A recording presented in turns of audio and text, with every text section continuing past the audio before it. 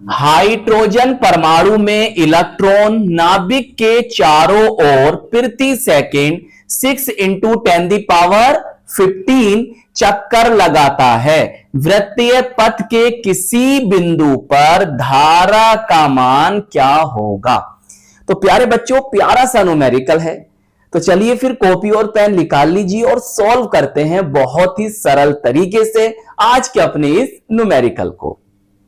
प्यारे बच्चों, हमें यहां पर क्या करना है कि वृत्तीय पथ के किसी बिंदु पर धारा का मान ज्ञात करना है। तो धारा का मान ज्ञात करने के लिए हमारे पास कौन कौन सी वैल्यू, कौन कौन से मान होने चाहिए कि हम जिनके द्वारा धारा का मान ज्ञात कर सकें। तो इस बात का पता चलेगा फॉर्मूले से। यहां पर हम कौन सा फॉर्मूला लगा रहे हैं यह पता चलेगा कि हमें धारा के मान को ज्ञात करने के लिए कौन कौन सी वैल्यूज चाहिए। तो चलिए फिर शुरू करते हैं। प्यारे बच्चों, बहुत ध्यान से समझना।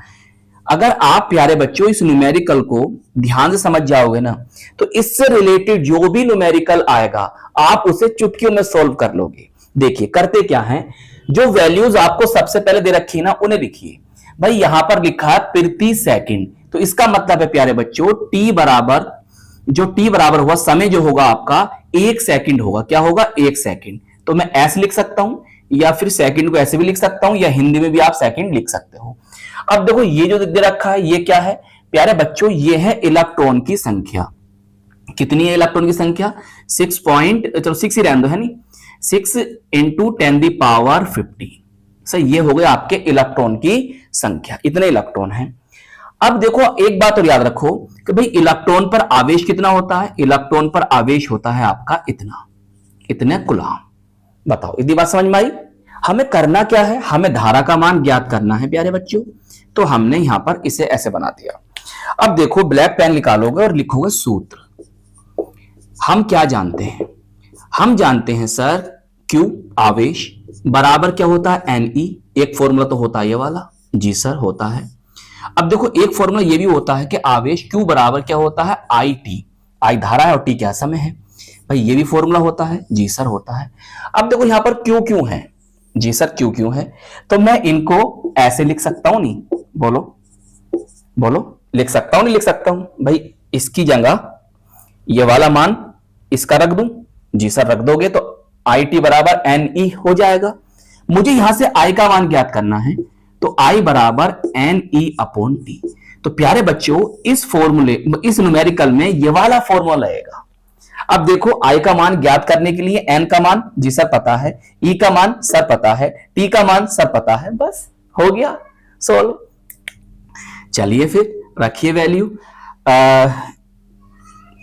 10⁻15 और E का मान प्यारे बच्चों 1.6 इंटू 10⁻19 और अपॉन प्यारे बच्चों T का मान बताओ। T का मान क्या है प्यारे बच्चों? 1 है। बोलो सही रखिए वैल्यू। देखो भाई 16 छंग कितने होते हैं सर? 96 होते हैं। पॉइंट 1 के बाद है तो 9.6 हो जाएगा। सही, ये प्लस के 15 है और ये माइनस के 19 है। कितना बचेगा? माइनस के 4 बचेगा। सही, और I का मात्रक एम्पियर। तो इतनी एम्पियर धारा होगी। ये इस न्यूमेरिकल का आंसर होगा। सही, ये बोले तो एम्पियर। या प्यारे बच्चों आप ही क्वेश्चन बैंक वगैरह में ऐसे भी दे रखा हो सकता है, या करके लिख देते हैं I बराबर, अगर देखो प्यारे बच्चों मैं पॉइंट को इधर लेके जाऊं, किधर? लेफ्ट साइड लेके जाऊंगा तो क्या होगा? जितने डिजिट में जम कराऊंगा ना उतनी पावर जाएगी प्लस में। सही है। अगर मैं अपने दशमलव बिंदु को, डेसिमल पॉइंट को इधर लेकर जा रहा हूं, लेफ्ट साइड जितने डिजिट में जम कराऊंगा उतनी पावर क्या जाएगी? प्लस में जाएगी। तो बताओ अब कितना आ जाएगा सर? ये आ जाएगा 0.96 10⁻³ एम्पियर। ए लिख लो या AMP लिख लो या हिंदी में एम्पियर लिख लो, आपकी मर्जी है। प्यारे बच्चों एक बात मुझे बताइएगा, मैंने आपको समझाया भी है न्यूमेरिकल में, 10⁻³ एम्पियर कितना हो जाएगा? मिली एम्पियर कितना हो जाएगा? भाई 1 मिली एम्पियर बराबर क्या होगा? 10⁻³ एम्पियर के। तो मैं यहां पर क्या लिख सकता हूं? Milliampere. लीजिए, तो किसी भी तरह से आपका न्यूमेरिकल का आंसर हो सकता है आपकी बुक्स वगैरह में। चलिए नोट कर लीजिए। तो आई होप ये न्यूमेरिकल आपको बहुत अच्छी तरह से समझ में आ गया होगा।